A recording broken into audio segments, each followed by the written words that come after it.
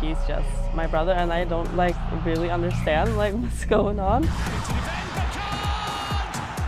Boys in the class are like crazy over him. I said to her mom, we have like a superstar. Nobody knew him, but I told him his name is Antonio, he will definitely reach the top. There's a goal! What an introduction! Antonio Nusa! Oh, that's brilliant! Nothing else ever came to my mind. It was only to be football player.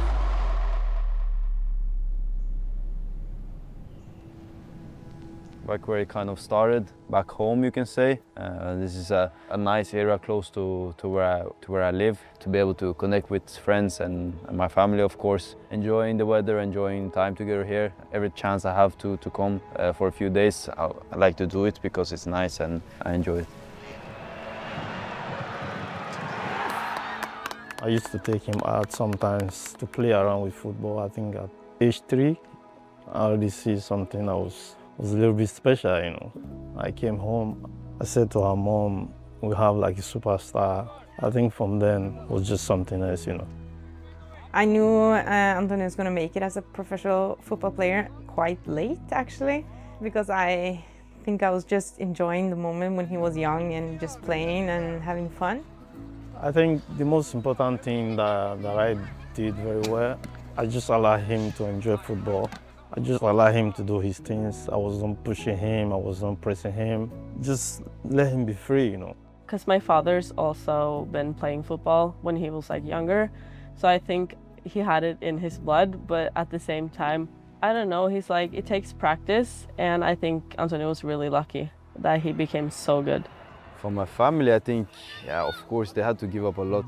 My mom, especially, I had to use a lot of time for driving me to training. I'm really, really grateful for it because it was really necessary for me to be able to grow and become the player I am today. But it was not easy. I was good on my own a lot of times. I was doing my own thing and trying to let them off a little bit, you know, let them just chill. So I wanted to let them have an easy life also, not being like busy all the time with me, going there. But of course, sometimes it was necessary. But they were always there. My mom, my dad, everyone, my grandparents, like everyone was there to help. It's those small things, you know, I do appreciate it though. I always have, I think. I always told them like I'm really grateful for the things they have done. Yeah.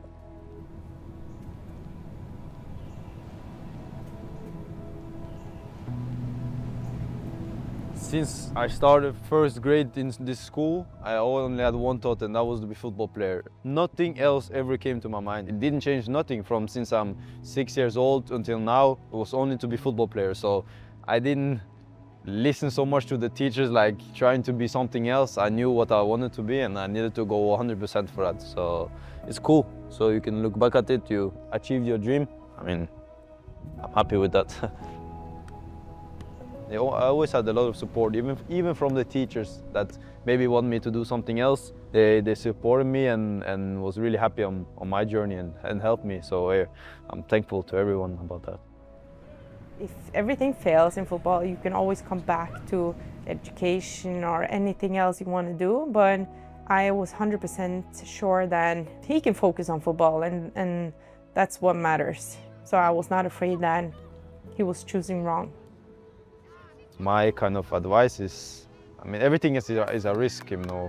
Maybe I failed to be a football player, and then I don't know. I think you have to go 100% for what you want. If it's football player or doctor or whatever it is, you need to go full in, otherwise you will not make it to the top. So I would advise myself to do it again. So I think I made a good decision to go all out, you know, even though it was really early and young, yeah.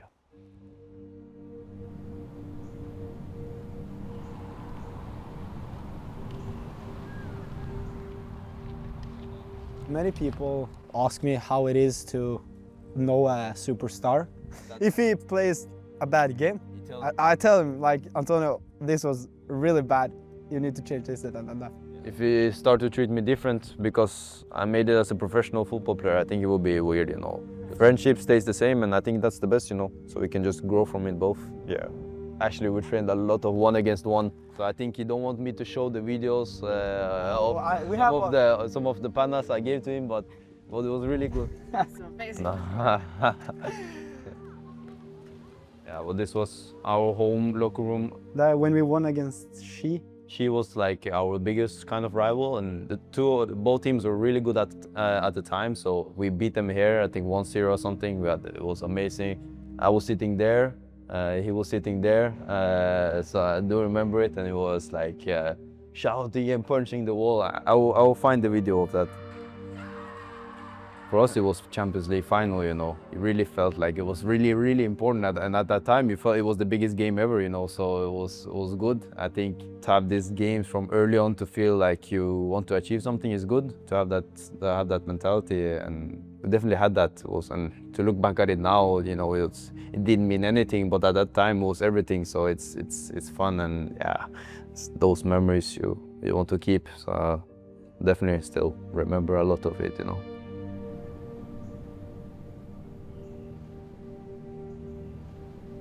I remember when one time was like a derby. We lost. Everyone came at the school next day saying like, wow, we beat Nusa yesterday. Nusa, we beat Nusa. We didn't beat the team, we only beat Nusa, you know. So it was a lot of good memories, but at that game I remember the most because I lost. We didn't lose normally, but it was a pity because when we lost, I got to hear it a lot in the school, but it was a really rainy day. And when it's raining on this one, yeah, it's really bad. It's really bad, I can tell you that. They tried me as a center back one time also, when we was playing on the bigger pitch. And it was like with offside. So I knew from really early I would be an attacker, so I'm happy that I became an attacker. Not to say anything bad to defenders, but I enjoy being an attacker, yeah.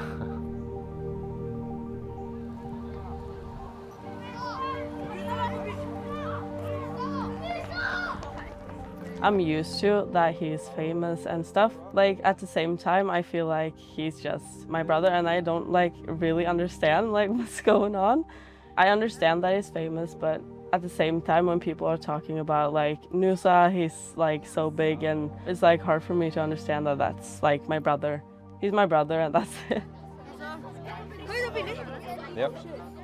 The boys in the class was crazy. I showed actually a video of the goal at school, and then they went crazy. They said after I showed the video, they said that it was sick.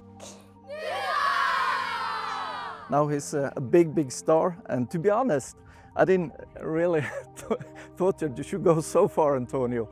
I looked upon you, I thought he would be a star in Norway, maybe. Then he went to Belgium, then to Germany, the 2 last years with the Norwegian flag. So that's amazing. We are so proud of you, Antonio. You see a lot of players look up to him. They will come to us to start a career, to drink the water he was drinking, to eat the bread he'd been eating. But I think, to be honest, it's a special gift that Antonio have. What has set him different from the other coaches is what he's teaching about the values of football. Everyone is about the technical, the football, but he was really on the human side, how to be a good person, how to be a good person on the pitch, fair play and all these kind of things. And I think he teach me that, and I have this still to this day about this fair play and stuff. So he was really big on that, even though we were 10 years old. So that was something that set him apart from maybe the other coaches, yeah. That warms my heart.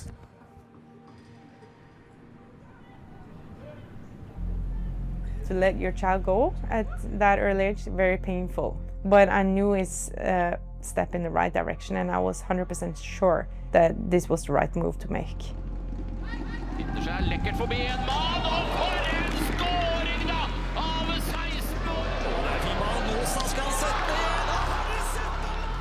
Yeah, the move from Stabæk to Bruges was quite hard for me. The first year was quite painful actually, because he was so far away. Things was changing so fast, and I couldn't protect him the way I used to. But I think I called him a lot the first year.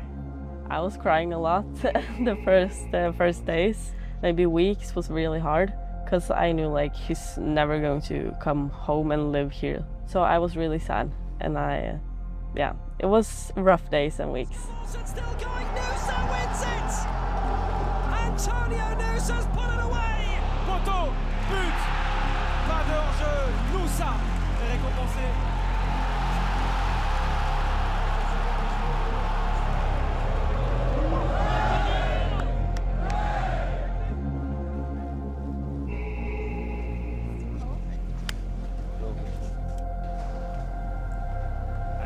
to meet you, Antonio.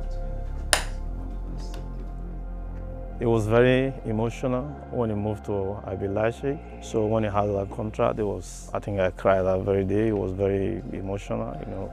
I remember when he came into the room because we were waiting for him to come in and like say everything's good or everything's not good. And when he came in, we all cried and it was so much screaming and we were so happy. And that's when I knew like he made it, like this is really good.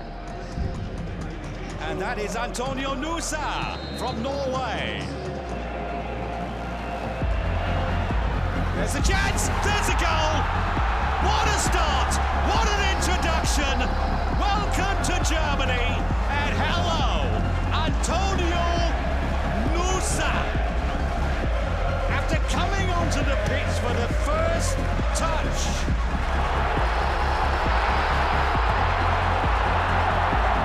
Nusa's there! My word, is he there? At the moment, Sempal is still in it. Having to defend, but can't! You can't defend that! Antonio Nusa!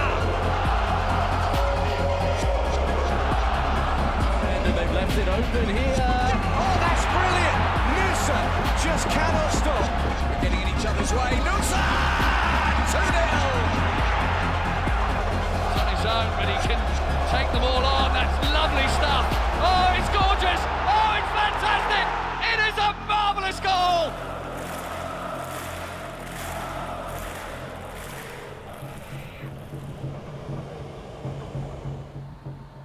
We have a great team at the moment. We have quite some big names in the team. It's a really good group. Now it's a good mix of young and experienced guys. When I came here, you have a lot of the older guys that helped me out. I think that's why we are getting where we are at the moment, you know, becoming better and better because this space here is very, how you say, positive, very healthy team. The tribune is very close to the pitch. The fans, you see them, you hear them a lot during the game, so it was really nice. I scored one of my best goals here also. So there was one defender here, and I kind of went in between them here. So it's a little bit funny because they also fell on each other. They fell there, and I take it here, and I see the keeper, Donnarumma, he was standing like this. And there was a defender coming, so I couldn't like shoot in the far corner. So I just decided to smash it with all the power I had, and then I ran like this and ran around here and celebrated on the other side there. It was crazy. It was really crazy. I can show you guys the goal. I think it's pretty nice.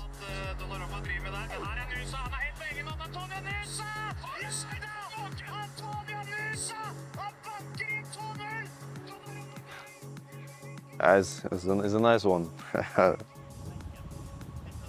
I'm happy now that I kept some things because it's nice when you come home to look back at those things. You know, it's a lot of different stories here. With these ones, it's the match shoes. I debuted for Norway and I scored in my debut and got an assist. So it was a really special day. So I kept those shoes. I didn't use them anymore.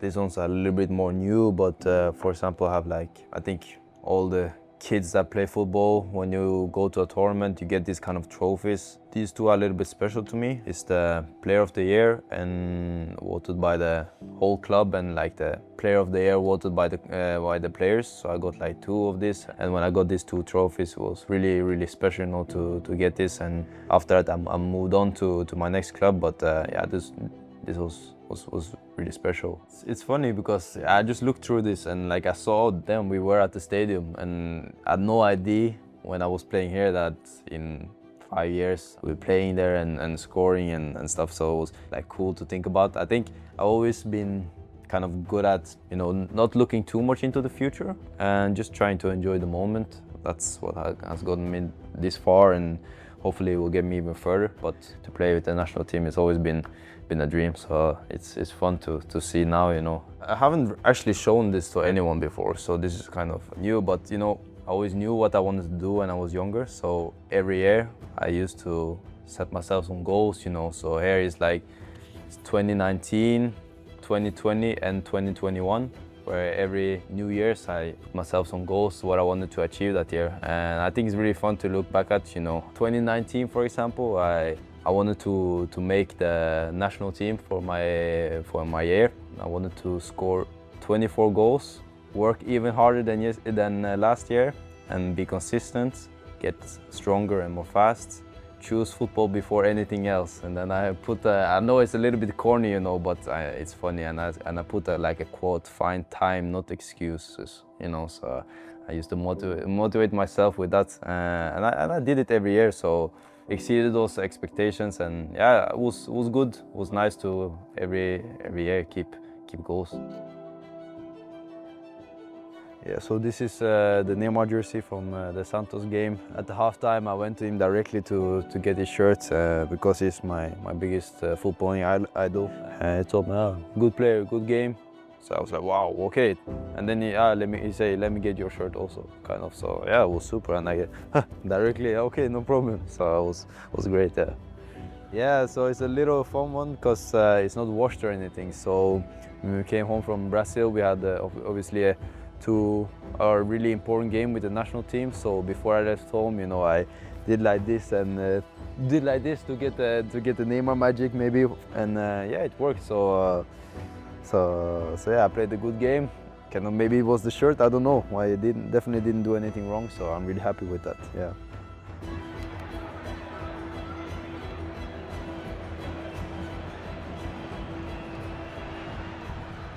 My home. I think when I came here first, it was not my home yet, but now it's starting to feel like home. Very familiar with everything. It's very nice to be here. It's a good feeling. I say again, the best is yet to come. I truly believe that. I don't know what's going to be in the future, but I believe with the right things, with the right work and everything, it will be good things. That's what you dream of. So that's why I say it, and of course I believe in myself that it's possible to make something great. So now it will be fun to see what the future holds. Yeah, it will be good.